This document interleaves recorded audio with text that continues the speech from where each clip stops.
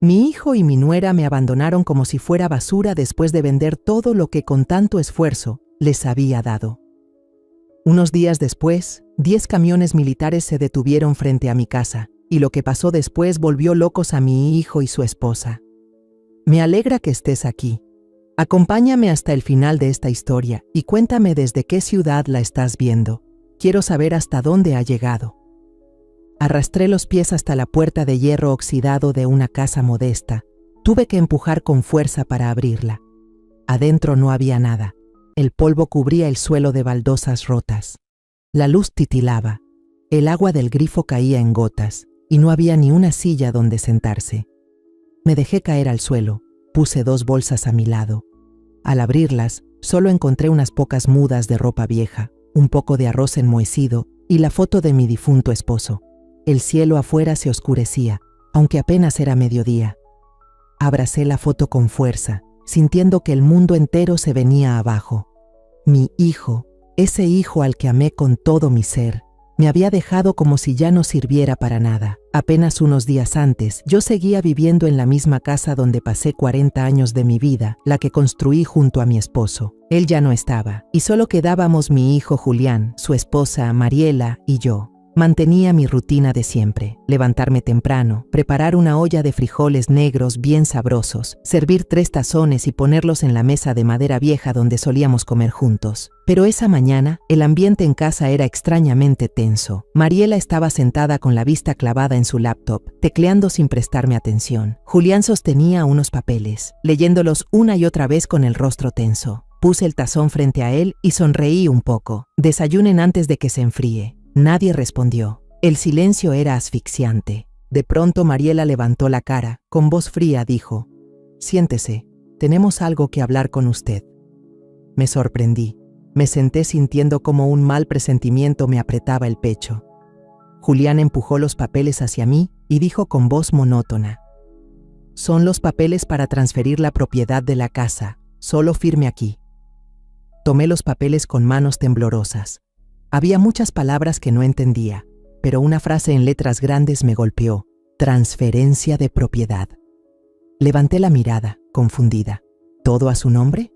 ¿Por qué tan de repente? Mariela se metió en la conversación con tono cortante, como si lo que pregunté fuera una tontería. «Usted ya está grande. ¿Para qué quiere seguir con eso? Nosotros tenemos todo el futuro por delante. De todos modos vivimos aquí y la cuidamos. No cambia nada». Sus palabras me atravesaron el alma. Miré a Julián, esperando que dijera algo distinto, pero él solo bajó la mirada sin decir una palabra. Dudé, agarrando el borde de los papeles con fuerza. 40 años en esa casa, cada rincón tenía recuerdos con mi esposo, y ahora querían que firmara y les entregara todo. Julián golpeó la mesa de repente con voz dura. ¿No confía en su propio hijo? Esa frase me destrozó. ¿Mi hijo? El mismo que crié sola cuando su padre murió, el que llevaba en la espalda caminando 3 kilómetros hasta el centro de salud cada vez que enfermaba, el que fue mi todo. ¿Cómo no iba a querer confiar en él? Lo miré a los ojos, pero ya no estaba esa mirada cálida de antes, solo quedaba prisa y frialdad. Mariela me miró de reojo, con impaciencia en los ojos. «Firme ya, mamá, no nos haga esperar». Suspiré, con la mano temblando mientras sostenía el bolígrafo. Me prometieron que me cuidarían hasta el final, que aunque la casa estuviera a su nombre no cambiaría nada, que yo seguiría viviendo ahí. Les creí porque era mi hijo. Firmé mi nombre en el papel, cada trazo sintiéndose como si me arrancaran un pedazo del alma. Cuando terminé, Julián tomó el montón de papeles y asintió con la cabeza hacia Mariela. No dijeron nada más, solo se levantaron y se fueron, dejándome sola con un plato de frijoles negros ya fríos sobre la mesa. 2 días después, estaba limpiando el portarretrato de mi esposo cuando Julián entró con una sonrisa más grande de lo normal. «Mamá, ya se vendió la casa. Alguien la compró rapidísimo». Me quedé helada, a punto de dejar caer el portarretrato. «¿Se vendió? Entonces, ¿dónde vamos a vivir?», pregunté con la voz temblorosa. Mariela salió del cuarto con las manos en la cintura. «Mamá, recoge tus cosas personales. Lo demás lo resolvemos nosotros». Me quedé paralizada, La cabeza me daba vueltas. ¿Vendieron la casa? Ya la habían puesto en venta desde antes de que firmara y no me dijeron nada. Quise preguntar más, pero Mariela ya se había dado la vuelta y Julián solo dijo: «Mamá, no preguntes tanto, solo haz caso». A la mañana siguiente llegó un grupo de personas extrañas a la casa. Desarmaron todo: la cama en la que dormí durante 20 años, el ropero de madera que compré a pagos cuando barría el mercado, los platos que cuidé con tanto esmero, hasta el radio viejo que ponía cada domingo por la mañana. Me quedé viendo todo eso con un dolor punzante en el pecho, sin saber qué hacer. Recogí en silencio unas pocas mudas de ropa, la foto de mi esposo y algunas cosas pequeñas en 2 bolsas de tela. Nadie me ayudó, nadie me preguntó si necesitaba algo. Mariela solo cruzó los brazos y dijo con tono molesto: «Ándale, mamá, apúrate, el carro ya está esperando». Salí con mis 2 bolsas al patio. Vi que Julián ya estaba sentado en una camionetita con el motor encendido. Me subí, acomodándome entre cajas y trastes. El viaje duró más de 1 hora, por caminos de tierra llenos de baches, lugares que no conocía. Las casas iban quedando atrás. Los ladridos se oían por todos lados. Le pregunté en voz baja: «¿A dónde vamos, hijo?». Pero Julián no respondió. Solo miraba hacia el frente. Mariela a su lado revisaba el celular, como si yo no existiera. Una incomodidad me fue creciendo por dentro, como una piedra pesada en el pecho. Al final, la camioneta se detuvo frente a una casita toda deteriorada. La puerta de metal estaba chueca, las paredes llenas de moho verde, el techo de lámina todo agujereado, como si nadie viviera ahí desde hace años. Me quedé parada, sin poder mover los pies.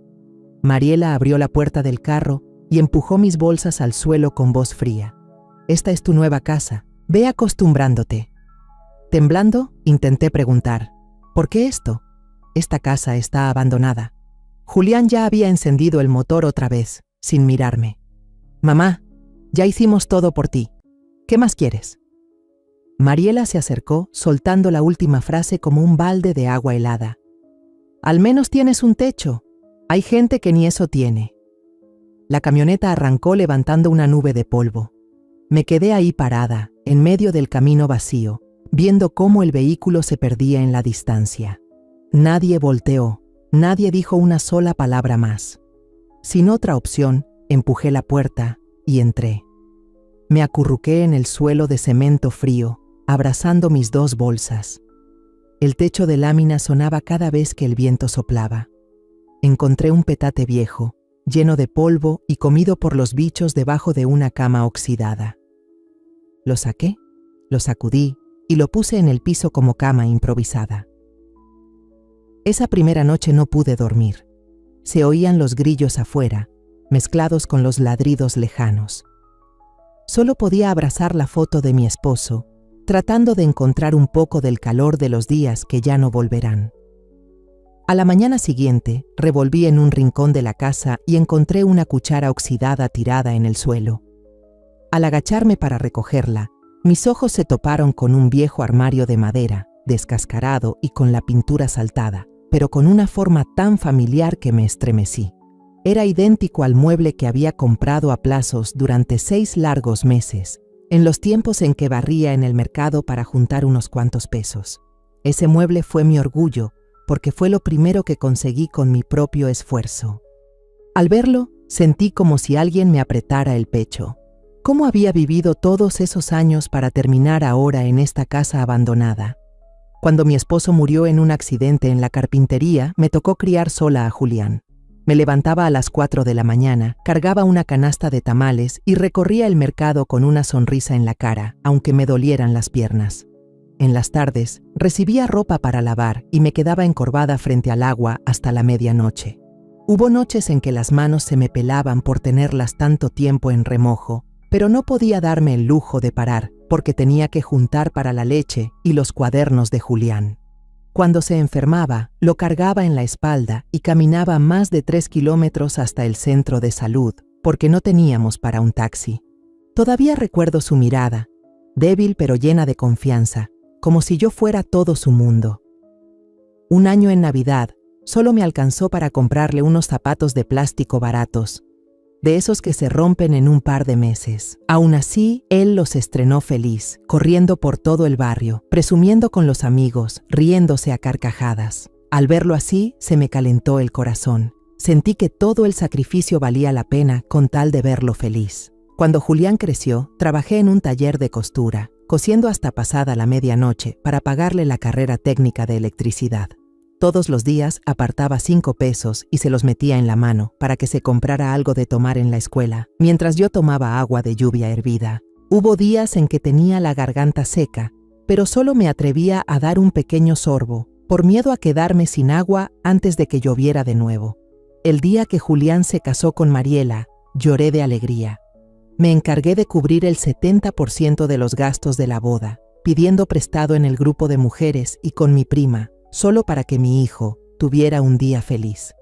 Cuando se casaron, les cedí el cuarto principal de la casa y me fui a vivir en el cuartito al lado de la cocina. Aunque era estrecho y caluroso, no me quejé. Pensé que si mis hijos eran felices, yo podía aguantar un poco de incomodidad. Seguía haciendo todo en la casa. Cocinaba, barría, lavaba la ropa. Cada mañana me levantaba temprano, preparaba el desayuno y ponía 3 platos sobre la mesa, con la esperanza de que comiéramos juntos como antes. Pero Mariela nunca estaba conforme. Una vez me pasé un poco con la sal en la sopa y ella soltó un suspiro y frunció la cara. ¿Quién puede comer esto? Dan ganas de vomitar. Otro día puse una canción vieja en el radio y olvidé bajarle el volumen. Ella se molestó. Mamá, ¡qué escándalo! Ya está grande. ¿Puede guardar silencio, por favor? Pedí disculpas y apagué el radio de inmediato, pero por dentro me sentí pesada. Sus palabras eran como pequeñas cuchilladas que me herían sin parar. Hasta que un día, mientras doblaba ropa en la cocina, Mariela entró, miró la pila y dijo sin rodeos: «Mamá, no lave su ropa junto con la nuestra. Huele a viejo muerto». Me quedé paralizada, con las manos en el aire. ¿Olor a viejo?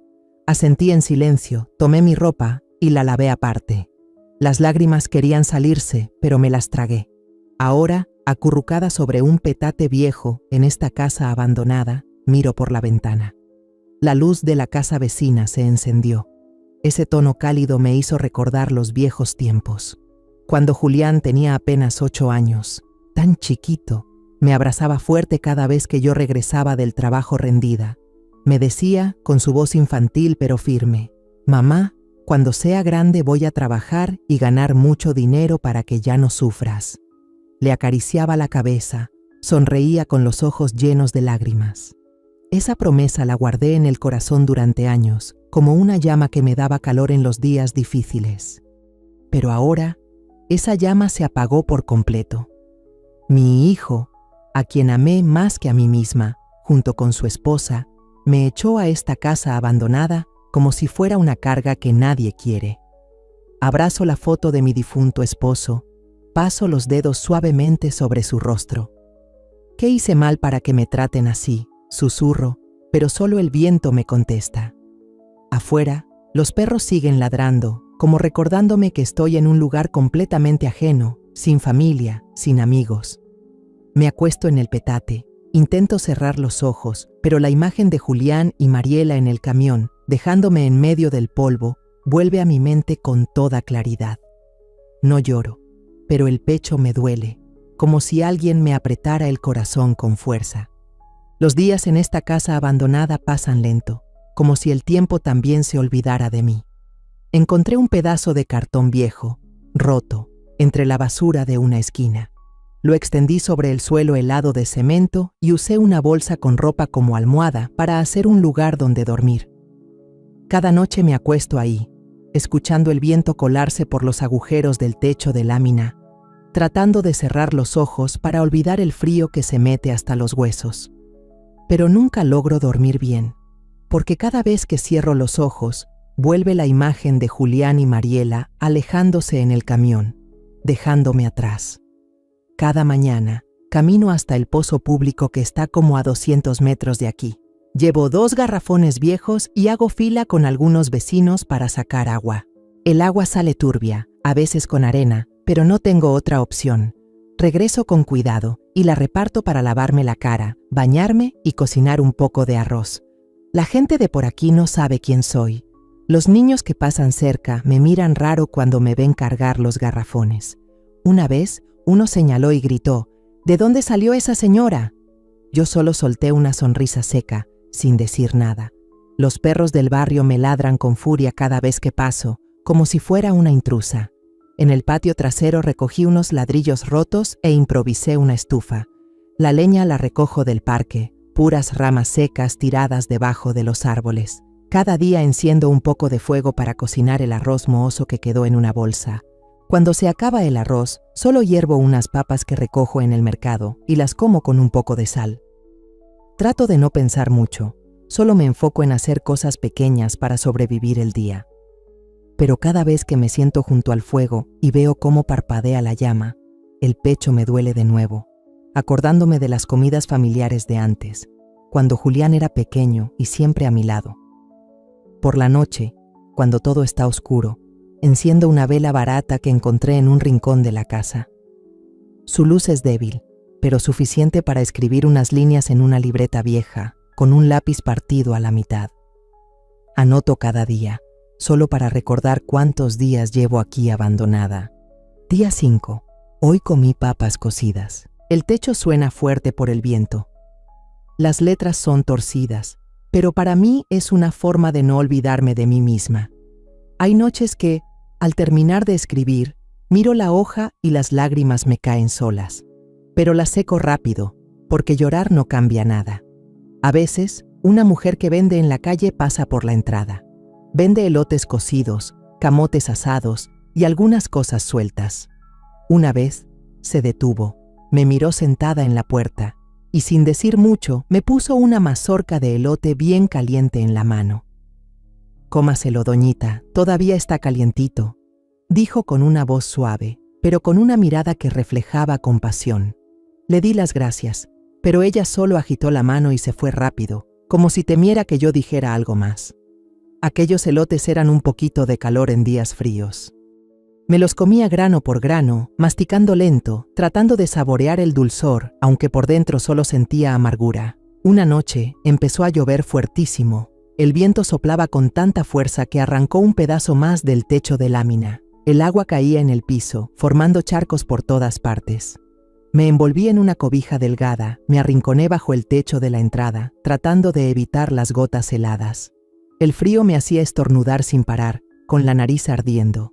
Acerqué un pedazo de cartón, esperando que al menos bloquease un poco el viento. Mientras me hacía bolita, escuché un ruido raro en el patio. Con la luz tenue de una vela, vi la silueta de alguien grande, con uniforme militar, agachado frente a la puerta. Estaba empapado, con el agua escurriéndole por la cara. Me asusté, pero luego me di cuenta que estaba llorando.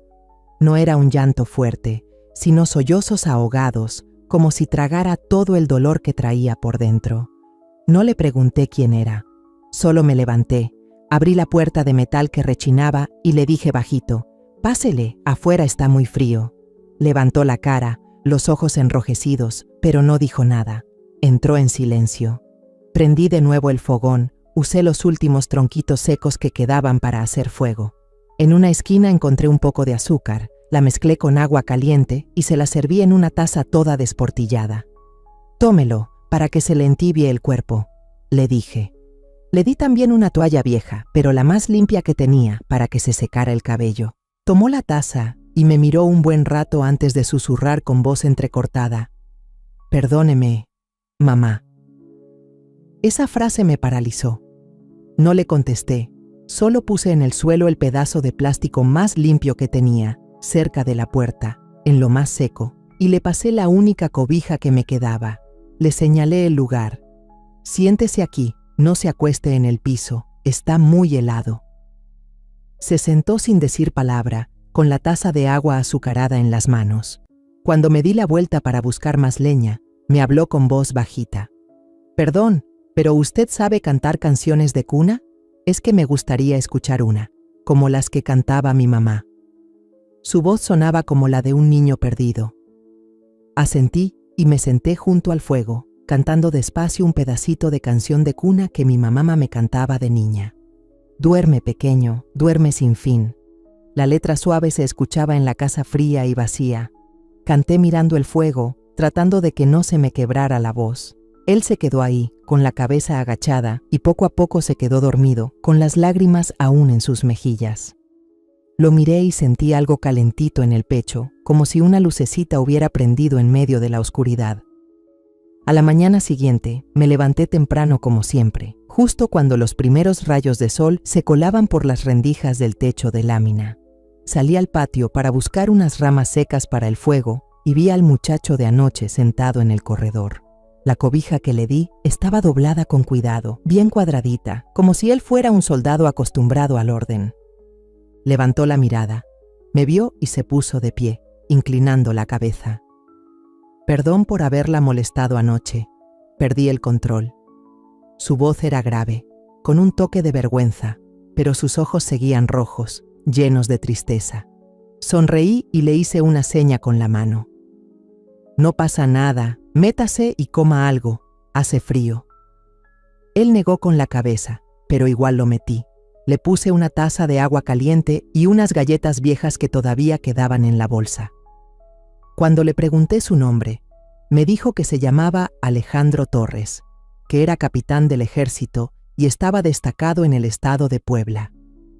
Se sentó ahí, con la taza entre las manos, y empezó a contarme, con voz pausada, como si sacara cada recuerdo desde lo más hondo del alma. Dijo que su mamá había fallecido hace 3 semanas por un derrame cerebral. En ese momento, él estaba en el frente, a cientos de kilómetros, y no alcanzó a llegar para verla por última vez. Llamé por teléfono, y ella me dijo, «No te preocupes, hijo, estoy bien», y al día siguiente, ya se había ido, contó, con la mirada fija en el suelo, y apretando con fuerza el vaso de agua entre las manos. Mi papá murió hace años, no tengo hermanos ni hermanas, así que ahora regreso a un departamento vacío, con la foto de mi mamá sobre la mesa. No sé qué hacer, solo manejo sin rumbo, y sin saber cómo, terminé entrando a esta zona. Y ya no quise seguir. Su voz se fue apagando poco a poco, como si se hablara a sí mismo. Yo estaba sentada frente a él, escuchando en silencio, sin dar consejos. Sabía que las palabras bonitas no sirven de nada cuando el corazón está hecho pedazos. Solo le dije, piénsalo como que el destino te trajo hasta aquí. Aquí no está tu mamá, pero hay una cocina, hay fuego, y hay alguien dispuesta a escucharte. Alejandro levantó la mirada.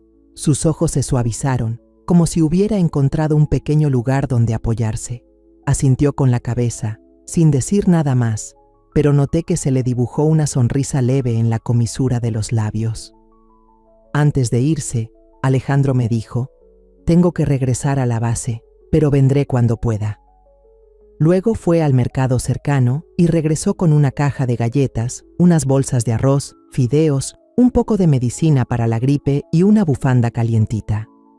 Me dio un papelito con un número de teléfono escrito y me dijo, «No salga cuando llueva. Si necesita algo, llámeme a este número. Prometo que volveré».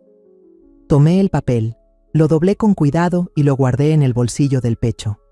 Él subió al coche, saludó con la mano y desapareció por el camino de tierra polvoriento. Me quedé ahí, viéndolo alejarse, con la sensación de haber encontrado el primer rayito de luz después de tantos días en la oscuridad. Volví a entrar a la casa y empecé a acomodar mi rincón. Volví a poner en su sitio el cartón, barrí el polvo de los mosaicos rotos y recogí algunas piedritas que habían caído del techo de lámina al patio. Afuera, el gato callejero que maulla cada noche ya había llegado, sentado junto a la puerta, mirándome con esos ojos bien redondos. Tomé un poco de los fideos que compró Alejandro, los cocí, los partí en trozos y los dejé frente a la puerta.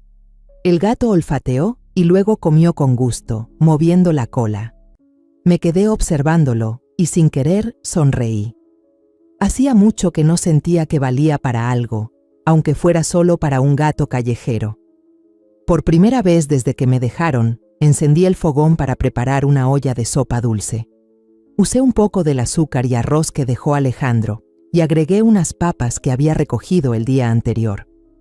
El olor de la sopa llenó la casa abandonada y me trajo recuerdos de cuando cocinaba para Julián. Serví un tazón pequeño, me senté junto al fuego y comí despacito, cucharada tras cucharada.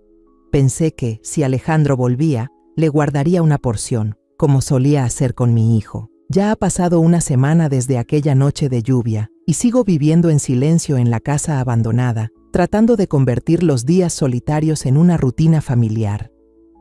Cada mañana voy al pozo a sacar agua, enciendo el fuego con leña seca y cocino un poco de arroz o papa para pasar el día.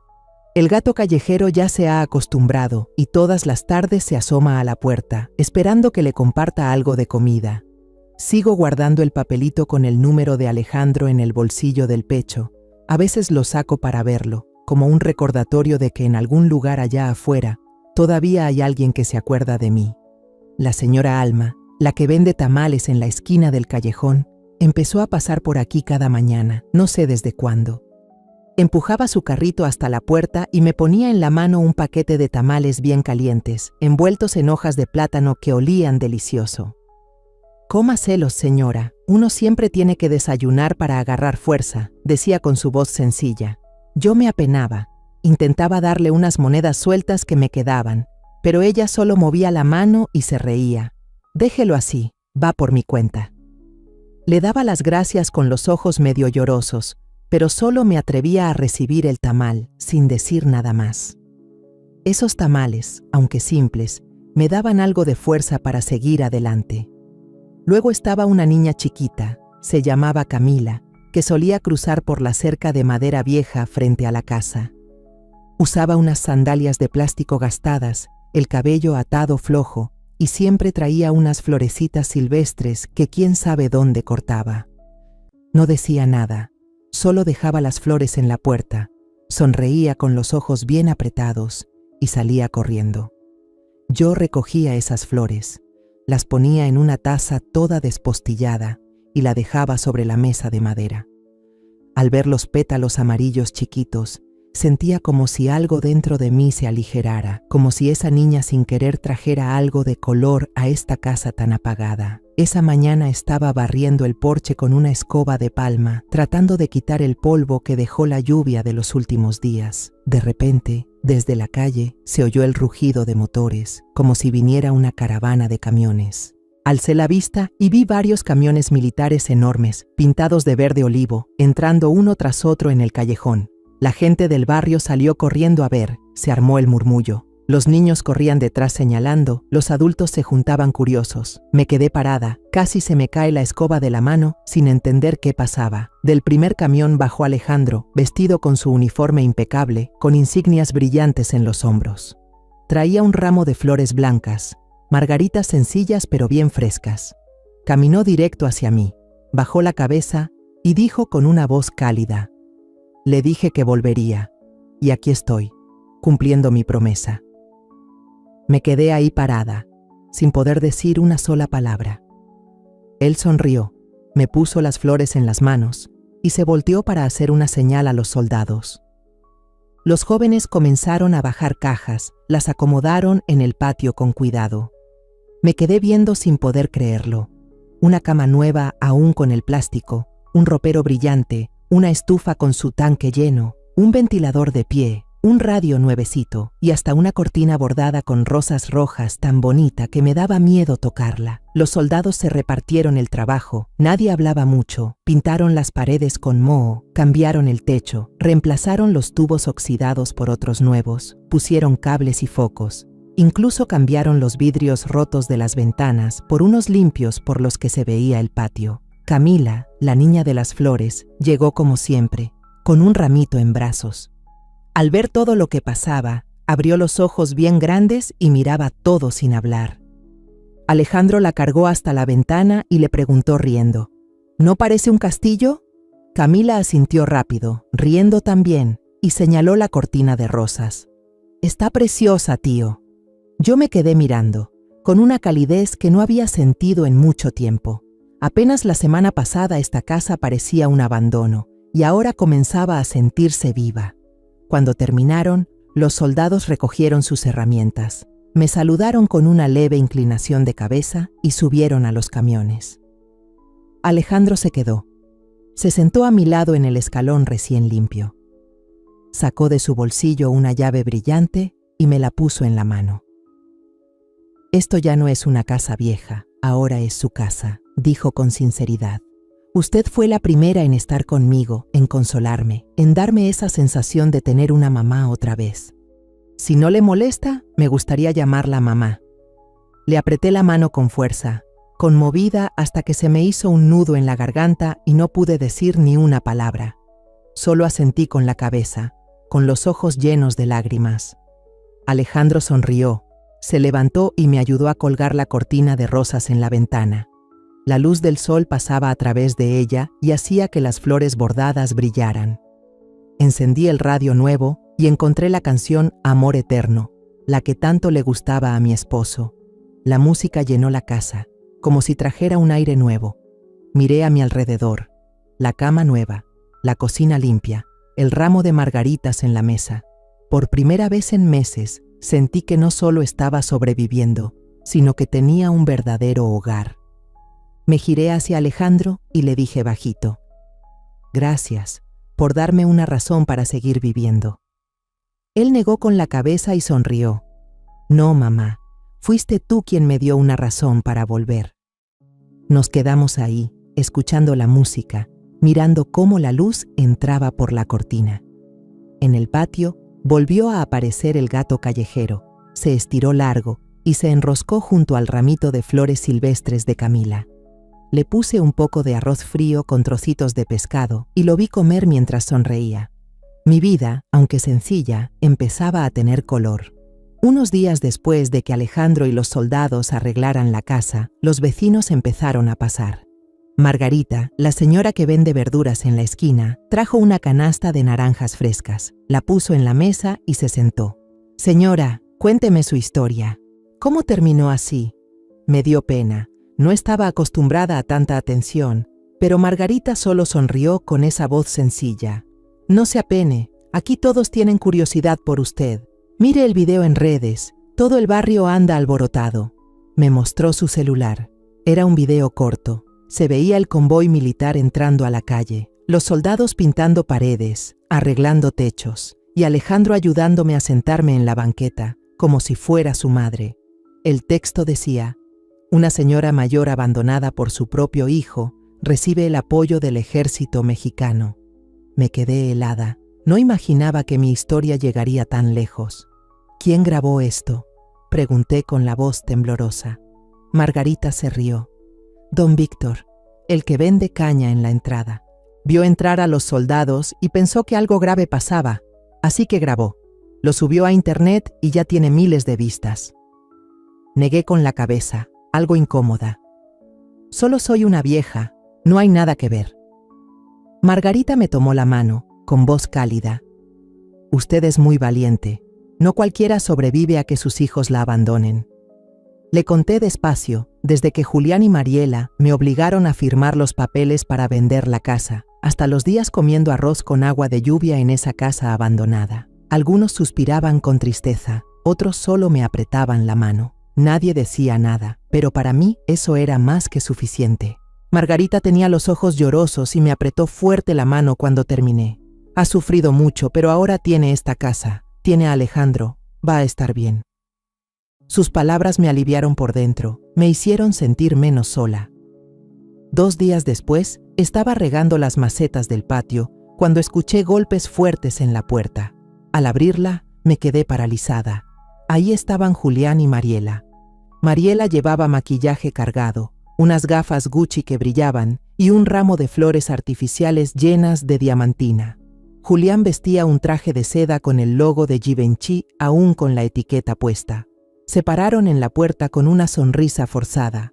Mariela habló primero, con un tono empalagoso. «Mamá, venimos a visitarte». «¿Cómo estás? Qué bonita está la casa, nos da mucho gusto». Los miré sin decir nada, solo abrí más la puerta. «Pasen, no se queden ahí bajo el sol».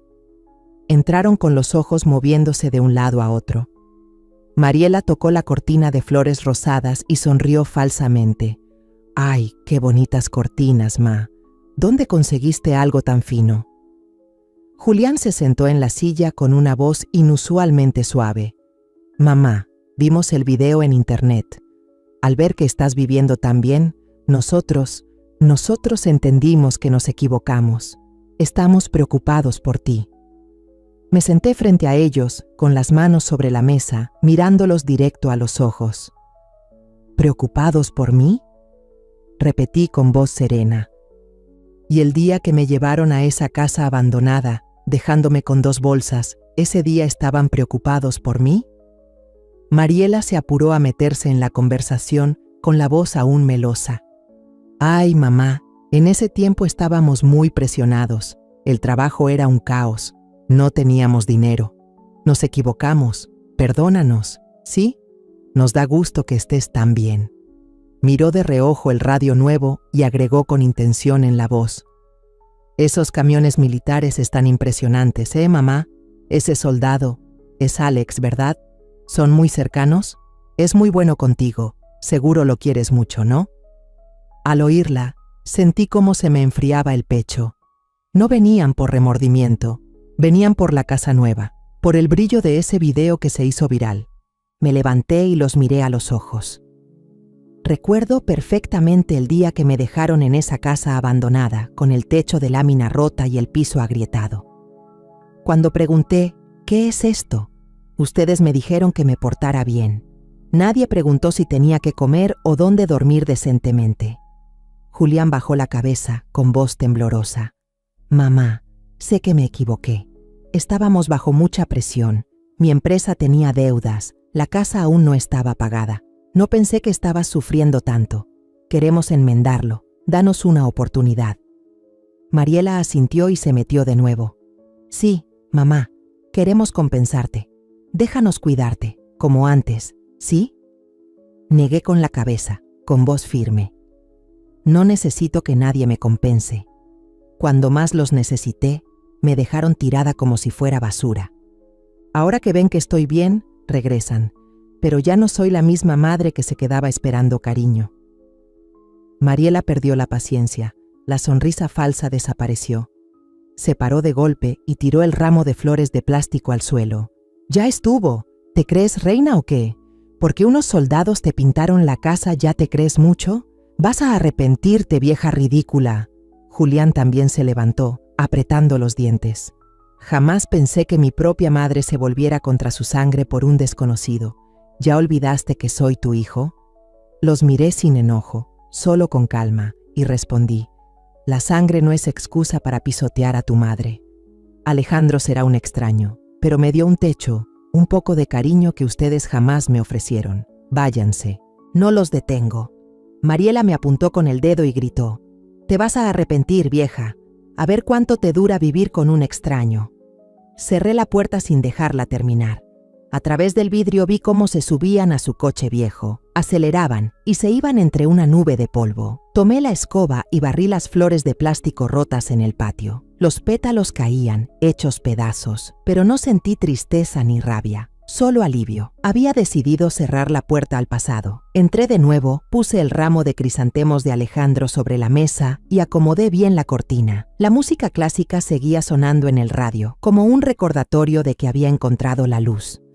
Escribí en mi diario, hoy perdoné, no a ellos, sino a mí misma. Cerré el cuaderno, me levanté a regar las plantas, lista para un nuevo día, uno en el que solo estarían quienes de verdad me quieren. Una tarde, mientras limpiaba el portarretratos de mi esposo, un hombre con uniforme de correo se detuvo frente a la reja. Me entregó un sobre grueso, con un sello rojo del juzgado. Lo abrí con las manos un poco temblorosas. Era una carta del tribunal, notificando una solicitud de tutela presentada por Julián y Mariela. Decían que yo mostraba señales de confusión, inestabilidad mental y que estaba siendo manipulada por terceros para quitarme mis bienes. Cada palabra cortaba como cuchillo. No solo me habían abandonado, ahora querían quitarme hasta la última pizca de libertad. Me senté en la silla, abrazando la carta, aturdida. Pero curiosamente, no lloré, ni me sorprendí. Tal vez, en el fondo, siempre supe que nunca dejaron de hacerme daño. Una semana después, mientras regaba las plantas en el jardín, aparecieron 3 personas frente a la casa. 2 llevaban batas blancas y credenciales de trabajadores sociales, y uno era policía, con cara seria. La mujer mayor, Con un montón de papeles en la mano, habló. «Usted es la señora Rosa María, ¿verdad? Venimos con una orden temporal del tribunal. Tiene que salir de la casa en 30 minutos».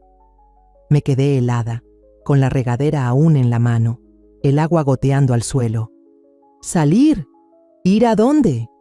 «Esta es mi casa», respondí con la voz temblorosa. El hombre con la credencial que decía Luis contestó, con tono plano. «Se sospecha que usted no tiene capacidad legal. Su hijo y su nuera solicitaron la tutela. Tenemos que llevarla a un lugar seguro». Negué con la cabeza, intentando mantener la calma. «Yo no estoy confundida. Vivo bien aquí. Miren esta casa. Yo me cuido sola». Pero el policía solo levantó la mano, indicando. «Coopere, señora, no nos complique las cosas». Intenté llamar a Alejandro, pero estaba de viaje en otro estado y no pude comunicarme. Me quedé en medio del patio, mirando la casa recién arreglada, las cortinas de flores, el radio y el ramo de margaritas sobre la mesa. Solo 30 minutos. Rápido agarré algo de ropa, la foto de mi esposo y un papel con el número de Alejandro. La trabajadora social me apuró. «Ándele, señora Rosa, el carro ya espera». Agarré mi bolso y salí de la casa, con el corazón pesado.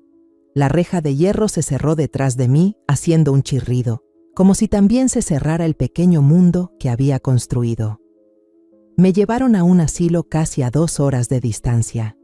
El edificio era viejo, lleno de gente, con un olor fuerte a desinfectante.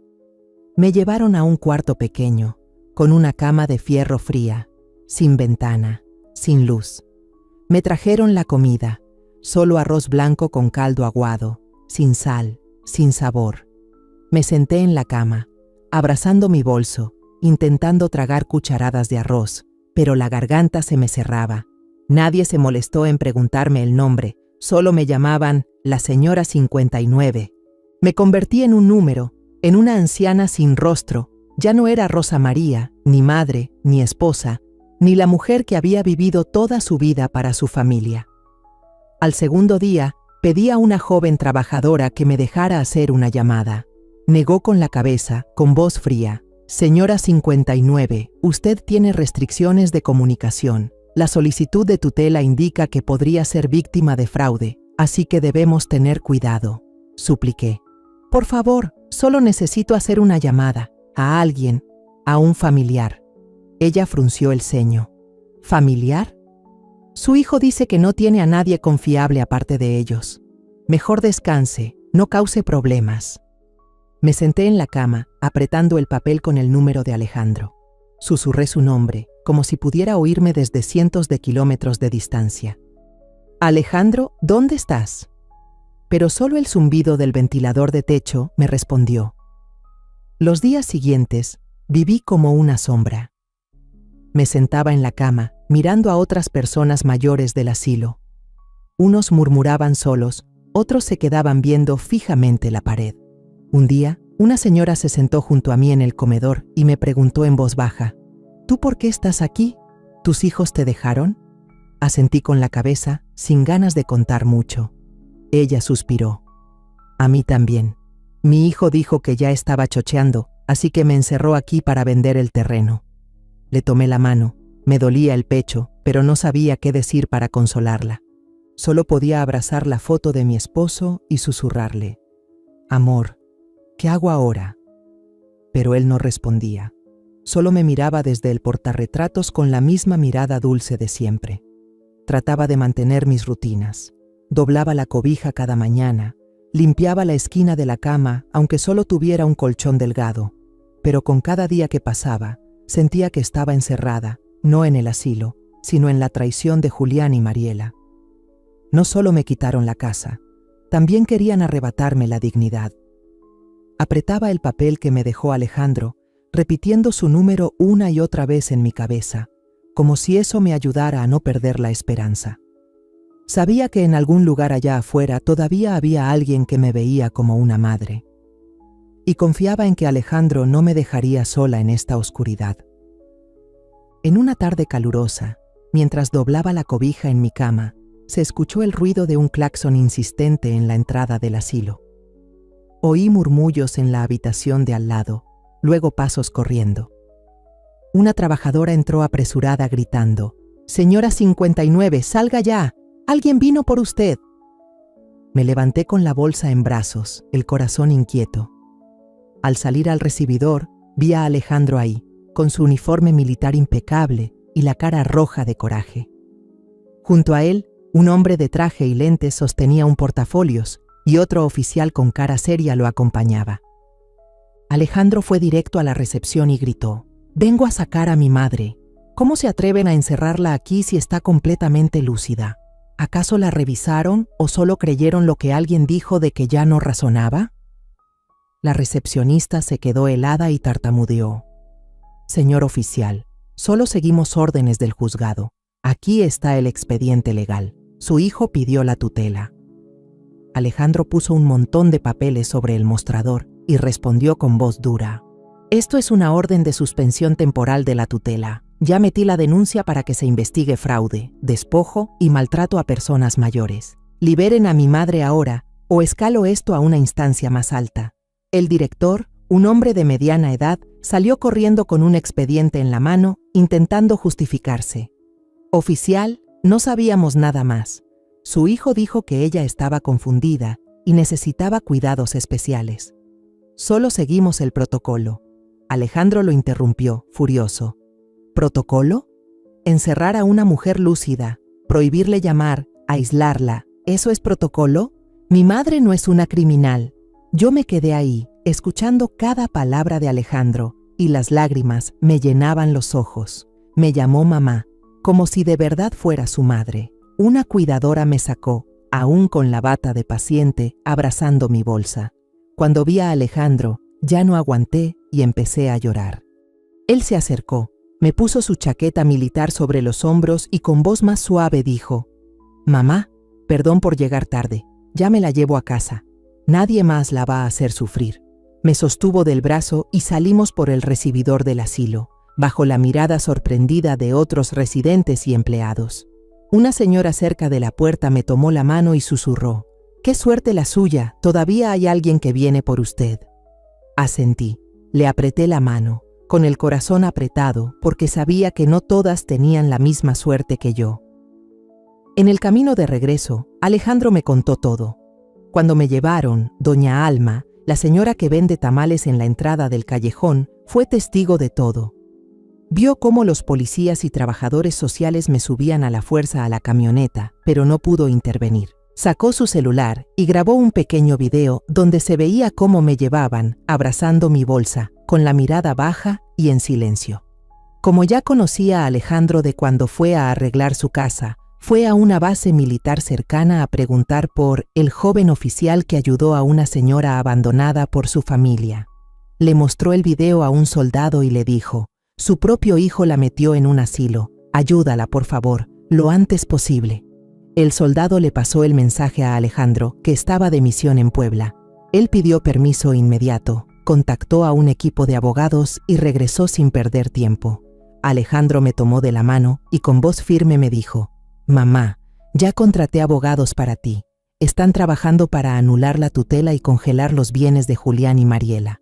No estás sola. Esta vez vamos a luchar, no solo por la casa, sino por tu dignidad». Lo miré, con los ojos llenos de lágrimas, y solo pude asentir. «Gracias, hijo. Si no fuera por ti, no sé qué habría sido de mí». Él negó con la cabeza y sonrió suavemente. «No digas eso, mamá. Tú me recordaste lo que es tener una familia cuando yo creía que ya no tenía nada». El coche se detuvo frente a una casita. Me bajé, vi las cortinas con flores, un ramo de margaritas sobre la mesa y al gato callejero dormido hecho bolita en el patio. Abracé a Alejandro y le susurré: «Me diste un techo y, más que eso, una razón para seguir viviendo». Él apretó mi mano y dijo: «Desde ahora, esta es nuestra casa, mamá». Entré, encendí la radio y dejé que sonara Amor Eterno una vez más.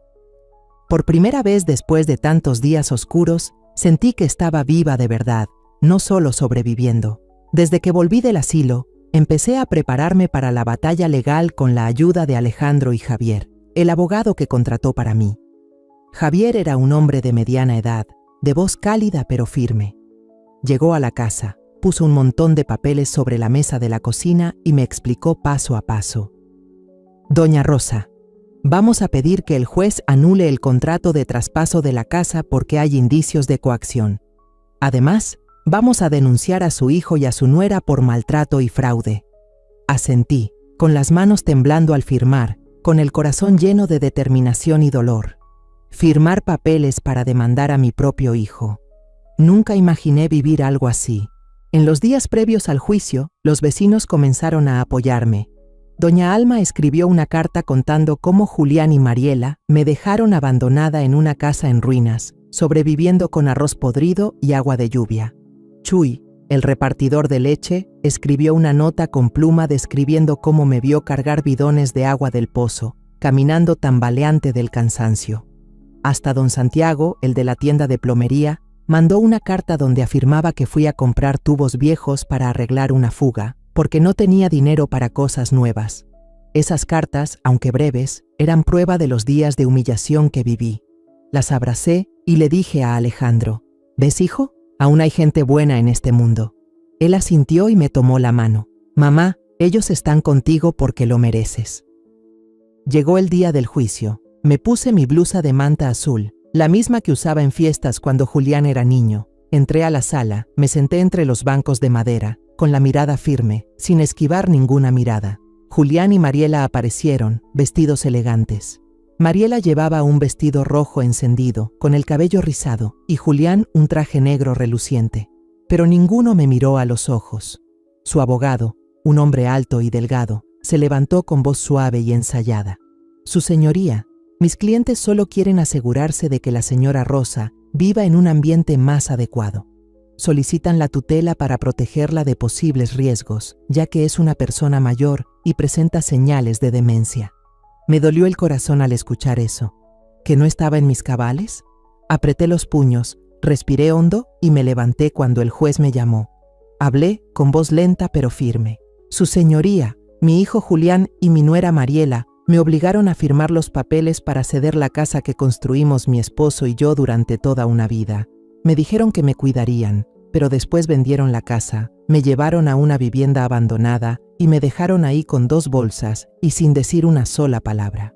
Tuve que comer arroz con agua de lluvia, dormir en el piso frío, sin luz, sin agua limpia.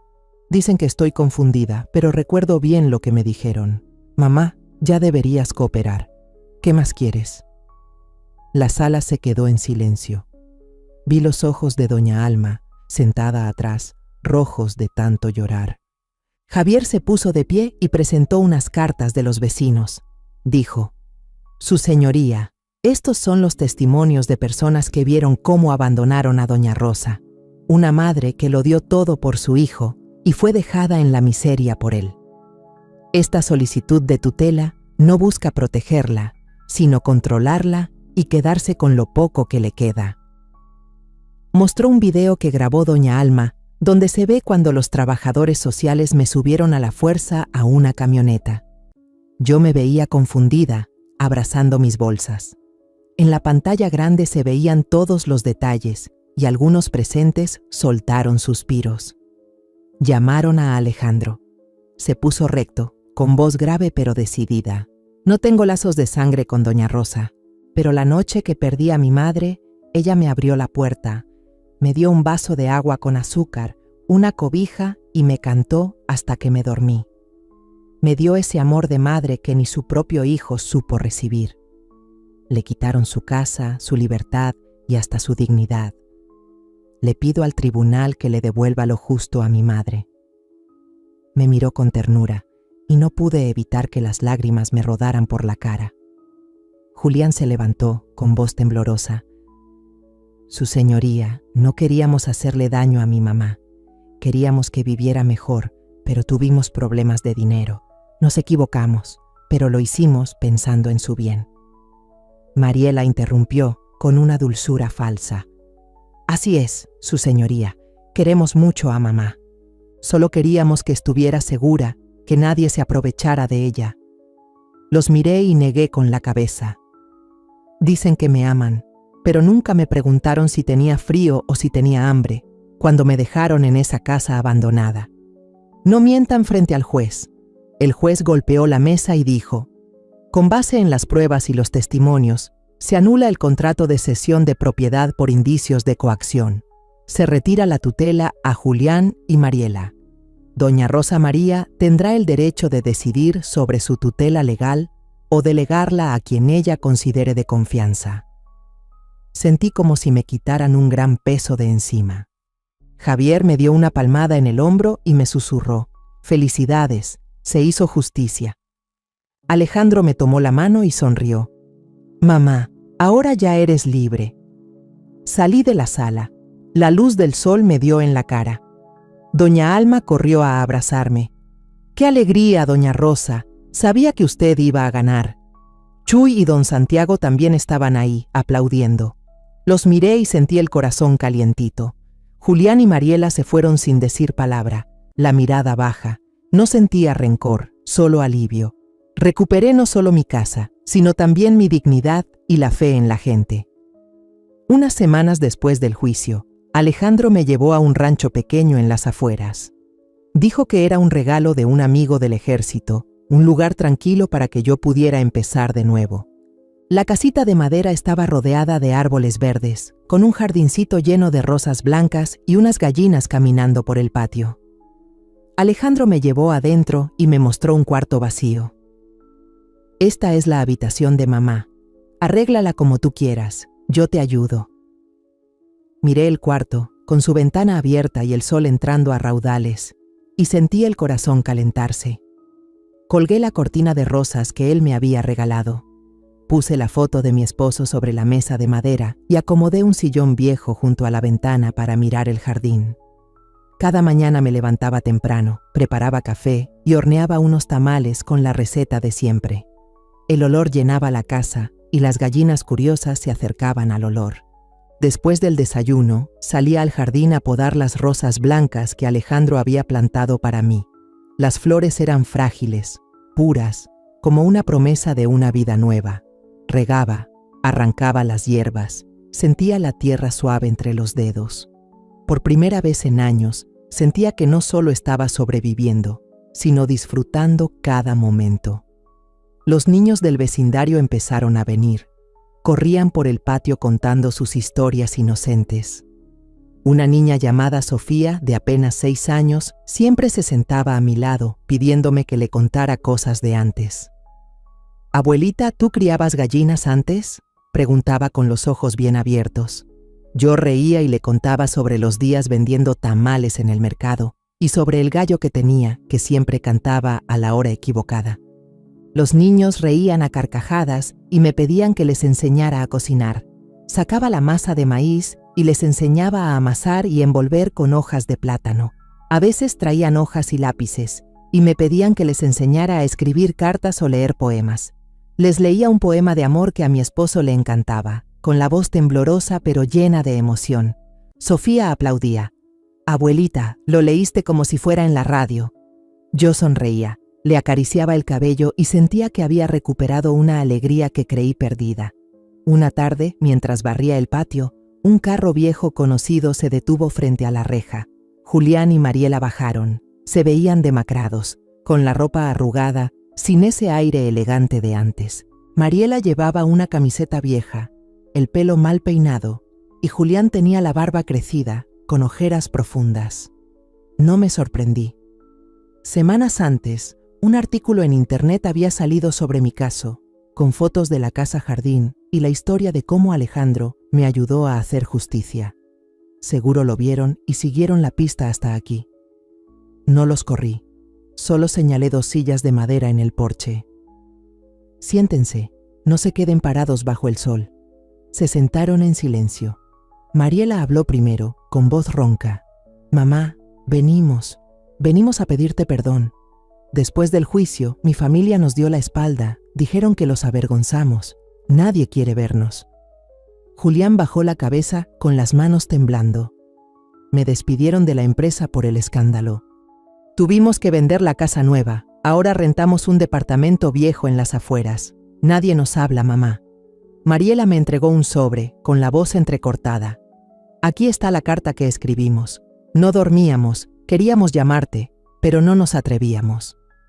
Abrí el sobre y vi 3 páginas escritas a mano, con letras torcidas. Hablaban de los días llenos de arrepentimiento, de cómo se quedaban frente al teléfono, pero no podían marcar. Leí por encima, lo doblé y los miré directo a los ojos. Los perdono, porque no quiero cargar con esta herida toda la vida. Pero perdonar no significa que vayamos a empezar de nuevo. El lazo de sangre entre nosotros se rompió el día que me dejaron en esa casa abandonada con 2 bolsas y sin decir adiós. Mariela rompió en llanto, con la voz temblorosa. Mamá, nos equivocamos. ¿No podrías darnos una oportunidad? Queremos enmendar nuestros errores. Queremos cuidar de ti. Julián asintió, con los ojos llorosos. Sé que no lo merezco, pero soy tu hijo. ¿No podrías darme una oportunidad para hacerlo bien esta vez? Negué con la cabeza, con voz serena. Las oportunidades fueron lo que yo pedí cuando me paré en medio de esa casa vacía y les pregunté, ¿por qué pasó esto? Pero ustedes solo dijeron, mamá, compórtate. Ahora, les toca a ustedes aprender a vivir con esa sensación. Bajaron la mirada sin decir más. Mariela se limpió las lágrimas. Julián apretó los puños. Luego los 2 se levantaron y asintieron con la cabeza. Salieron por la puerta sin mirar atrás. Cerré el portón con calma, como quien cierra un capítulo. No lloré, no me dolió. Sentí que me liberaba.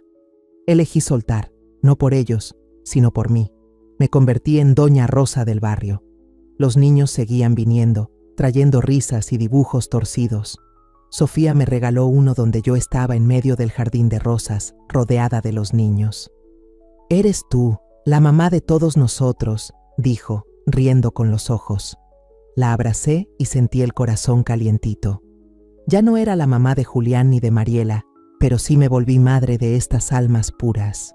Una tarde, sentada junto a la ventana, escribí la última línea de mi diario. Fui arrojada como si no valiera nada, pero en la oscuridad encontré la luz del corazón humano. Cerré el cuaderno y miré al jardín. Las rosas blancas florecían bajo el sol, como recordándome que la vida, por más dura que sea, aún puede florecer. Me levanté, preparé un café y unos panecillos para los niños. Afuera cantaba un gallo, la radio sonaba. Sonreí, sabiendo que había vuelto a vivir.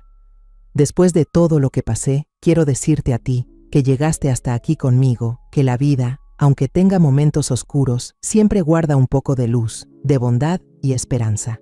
Lo más grande que aprendí es que perdonar no es borrar el dolor, sino liberarse de él, y que la familia no siempre es de sangre, sino quienes te levantan cuando caes. Mi hijo y mi nuera me dieron la espalda, pero personas que no tenían nada que ver conmigo, como Alejandro, Doña Alma y los niños del barrio, me dieron un nuevo hogar. Y renací de entre las cenizas, encontré de nuevo mi valor, gracias a personas que no llevaban mi sangre, pero sí un corazón cálido. La historia que contamos es ficticia, pero está basada en algunos hechos reales. Los nombres y lugares han sido cambiados para proteger la identidad de quienes estuvieron involucrados. No contamos esto para juzgar, sino con la esperanza de que alguien escuche y se detenga a pensar. ¿Cuántas madres están sufriendo en silencio dentro de su propia casa? Siento verdadera curiosidad. Si fueras tú, en mi lugar, ¿qué harías? ¿Elegirías callar para mantener la paz o te atreverías a enfrentarlo todo para recuperar tu voz? Quiero saber lo que piensas, porque cada historia es una vela que puede iluminar el camino de alguien más.